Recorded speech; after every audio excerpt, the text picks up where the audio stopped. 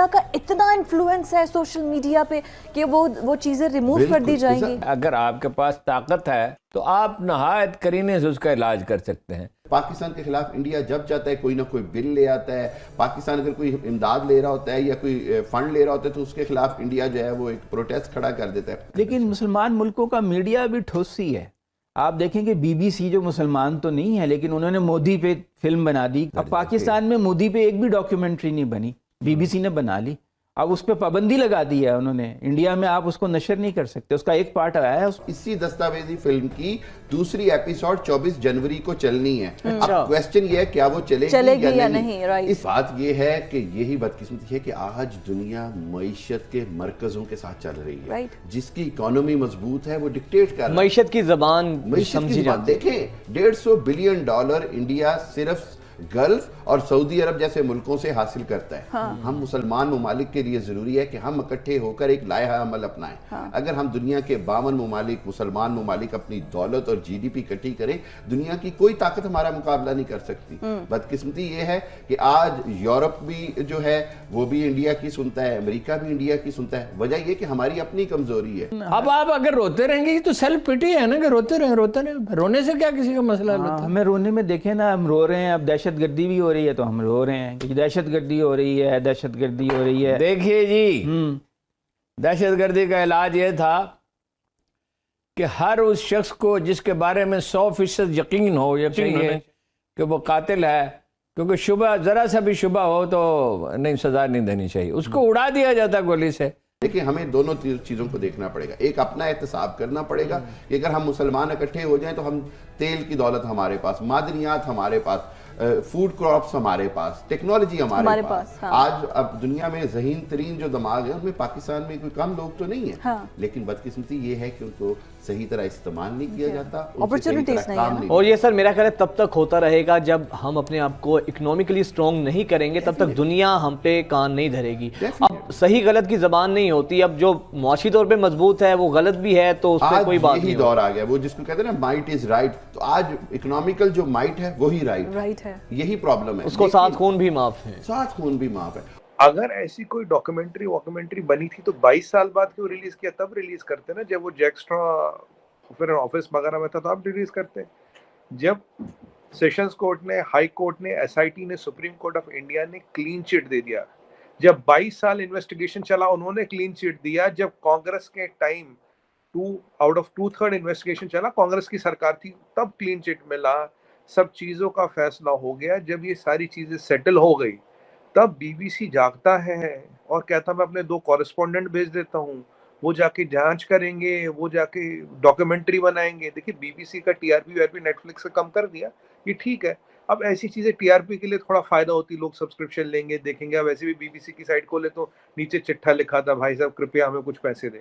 یہ تو وہی سر اس شعر کا مذاق ہے, ہم آہ بھی کرتے ہیں تو ہو جاتے ہیں بدنام, قتل بھی کرتے تو چرچا نہیں ہوتا. بالکل ٹھیک ہے. اور میں وہی کہتی کہ جو جرنلسٹ ہیں جنہوں نے یہ پوری ڈاکیومنٹری بنائی ہے, انہوں نے بھی بعد میں جب آ کے فرنٹ فٹ پہ کیا, انہوں نے کہا بالکل ریالٹی بیسڈ ہے, اب اس کو ہٹا دینا. اور غلط چل جائے تو ڈیفرمیشن کلیم کر کے ان کو اس کا خمیازہ بھگتنا پڑتا ہے. بی بی سی جیسا چینل اور کریڈیبلٹی ان کی خراب نام.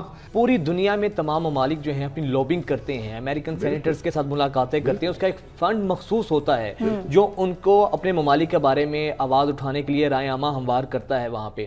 تو اس میں ہماری بھی کمی ہے کہ پاکستان ہماری اپنی لوبنگ کمزور ہے. امریکہ تو باقاعدہ فرم ہائر کرتا ہے جو اپنے ایشوز کو وہاں کی کانگریس میں لوگوں سینیٹر سے مل کے اٹھاتی ہے. بالکل وجاہت دیکھیے پوری دنیا کے جتنے بھی ممالک ہیں نا, آج انہوں نے لابسٹ فرمز ہائر کی ہوئی ہیں and they charge in million, لیکن اس کے وہ ریزلٹس دیتی ہیں. کوئی بل پیش ہوتا ہے اگر کانگریس میں یا سینٹ میں امریکن, تو آپ کو اس کی حمایت ملتی ہے. اسی طرح کسی چیز کو آپ نے کانگریس کے آگے لانا ہے تو اس کے لیے آپ کو پوری لابنگ کرنی. پرابلم کیا ہے پاکستان کے اندر تو انفارچونیٹلی پولیٹیکل سٹیبلٹی نہیں ہے, اکنامیکل سٹیبلٹی نہیں ہے, اور سب سے بڑی بات یہ کہ ول نہیں آ رہی نظر, اور ویژن نہیں نظر آ رہی کہ یار یہ کام ہم کریں, یہ ہماری قوم کو اور ہماری نسلوں کو محفوظ کرنے کے لیے.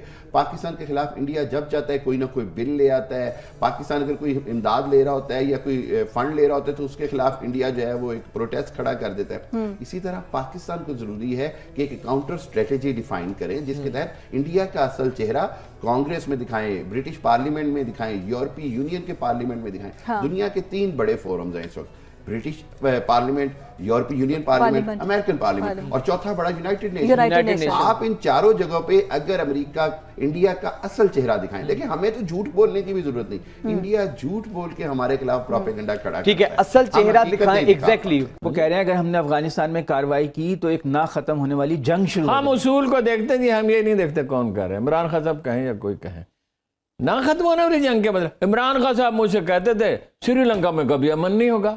آپ ان سے پوچھ لیجئے کبھی انٹرویو کرنے کا موقع ملے، سری لنکا میں کیسا امن ہوا تھا. وہ مالی کرائسس بعد کی بات ہے. نہیں، مالی کرائسس اور چیز ہے، دہشت گردی نہیں، وہ تو بعد میں ہوا نا. اچھا ہارون صاحب، بعض ایکسپرٹ یہ کہتے ہیں، میں نے سری لنکا کا پریزیڈنٹ ہاؤس دیکھا، جی ایچ کیو دیکھا، اور بھی دفاتر دیکھے، 2 گارڈ کھڑے تھے، اتنے بھی نہیں جتنے ڈپٹی کمشنر کے دفتر کے باہر کھڑے ہوتے ہیں. کہ ہم نے جب دہشت گردوں کو کچل دیا ایک وقت میں، اس کے بعد ہمیں چاہیے تھا پولیس فورس کو ویل اکوپڈ کرتے. پولیس فورس تو ویل اکوپڈ نہیں ہے، انٹیلیجنس سویلین ہم نے بنائی نہیں صحیح طرح سے. اب وہ ان کا مقابلہ نہیں کر پا ہم رہی. نے کہا ہے کہ فوج ٹھیکہ لے ہر چیز کا، اور فوج میں بھی یہ رجحان پایا جاتا ہے، اپنے اسٹیبلشمنٹ میں بھی ٹھیکہ لینے کا. وہ بھائی سارے ادارے کام کرتے، ایک مشین ہے بہت بڑی، بہت ہی عظیم الشان، ایک عظیم الشان مشین ہے، اس کے سارے کل پرزے کام کریں گے نا. اور تو پولیس کو بھائی، ایک آدمی فوج میں جاتا ہے، ایک آدمی پولیس میں جاتا ہے، کم و بیش تنخواہ بھی اتنی ہے، بلکہ اس کے لیے تو کہتے ہیں کے پی پولیس ویل اکوپڈ نہیں ہے. بھئی آپ نے اسے ویل اکوپڈ کیوں نہیں کیا جب آپ کو پتا ہے؟ آپ کو پتا ہے روز پولیس ویل اکوپڈ کیا ہوتا ہے جی؟ اس کے 5000 مشین گنیں تو مجھے یاد ہے جنرل کیانی صاحب کے دور میں دی گئی تھی. اور کون سی کمی پڑ گئی ہے کہ بھئی آپ ان کو اپنا پراپر وہ اسلحہ بھی نہیں دس. یہ کیا مطلب؟ یہ ایسی فضول بات ہے. اب جو ٹی ٹی پی والے حملہ کر رہے ہیں، ان کے پاس وہ اسلحہ ہے جو امریکی چھوڑ گئے ہیں افغانستان میں. ان کے پاس نائٹ ویژن کے آلات ہیں، ان کے پاس خود کار بھاری ہتھیار ہیں. امریکہ سارا اسلحہ بھی انہیں دے دینا. امریکہ اور برطانیہ اور یورپ اپنا تمام اسلحہ ان دہشت گردوں کو دے دے. اس کے باوجود چور کے کوئی پاؤں ہوتے ہیں، ڈاکو کے کیا اوقات ہوتی ہے جی. پاکستان آرمی اتنی بڑی مشین ہے، اتنی بڑی وار مشین ہے، پولیس انہیں ملیا میٹ کر دے نا. پولیس بھی ان کی مدد کرے گی، ایف سی بھی کرے گی، رینجرز بھی کرے گی.